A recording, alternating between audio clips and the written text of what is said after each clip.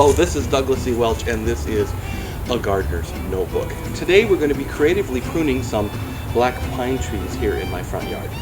The previous owner had these small pines in. They were keeping them pruned almost in a virtual bonsai, if you will, in the garden. Of course, sometimes my schedule doesn't quite meet up with my garden, and this one, as you can see, is way overgrown. I've got about 4 or 5 others here in varying sizes that I need to trim. But what we do is we try to trim them so that they get this very gnarled and aged appearance. We do that by creatively coming to the various nodes, figuring out which way we want the branches to grow after we've done our pruning, and it works pretty well. I actually like the effect I get. You'll see some examples of a finished tree a little later on in the video. So for example, we've taken one of the smaller trees here, and I'm going to take this branch here. Hopefully you can kind of see that. It's very long and lanky. The first thing we're going to do is, just looking at it real closely, I think I'm going to bring it back all the way back to here. So we're going to take that whole massive end off, because this growth is always looking for the light. And what we want it to do, instead of going straight out, we want it to twist and turn as it does it. So looking at the branch we have left here, you see we have 1, 2, 3, 4, 5, 5 or 6 different entries. I'm going to choose this branch here as our twist. So we have a straight branch coming.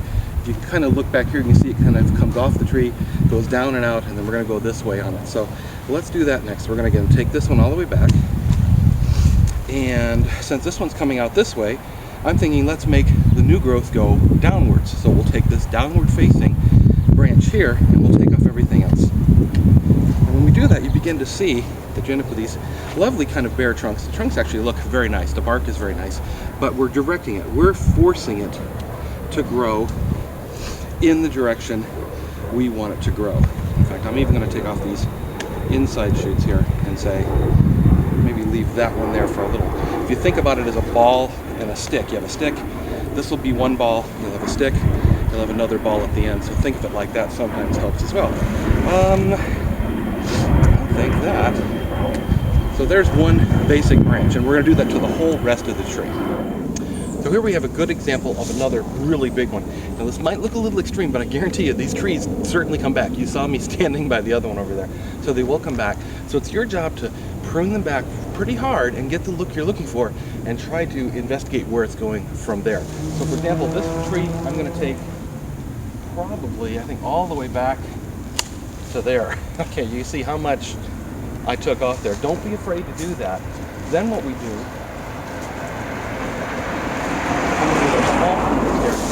and we can then neaten this up. So we pick a direction here. I think this is going to be the direction we're going to go with this branch, so we're going to take everything else off here. So just leave that one little, so we're going to come off here, and this branch is going to want to go that direction. Okay, let's see this other one here. I think take him back to there, and we'll take him to there, and then take off this little side shoot.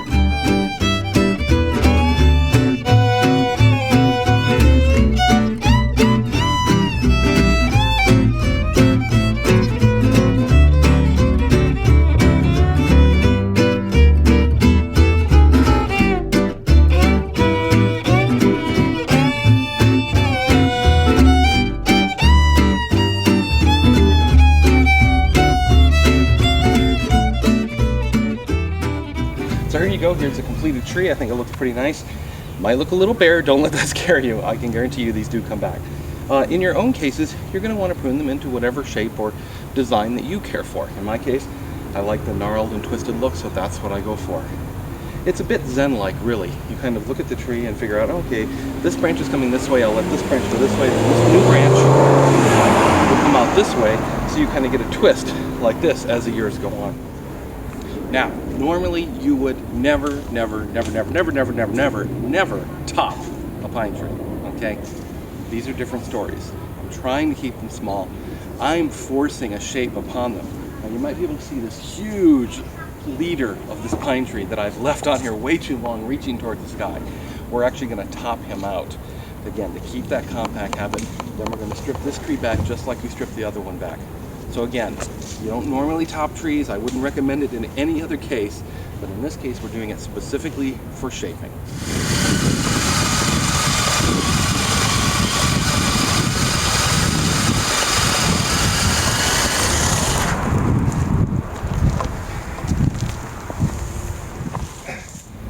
Thanks for watching this episode of A Gardener's Notebook. For more information, visit the website, douglasewelch.com.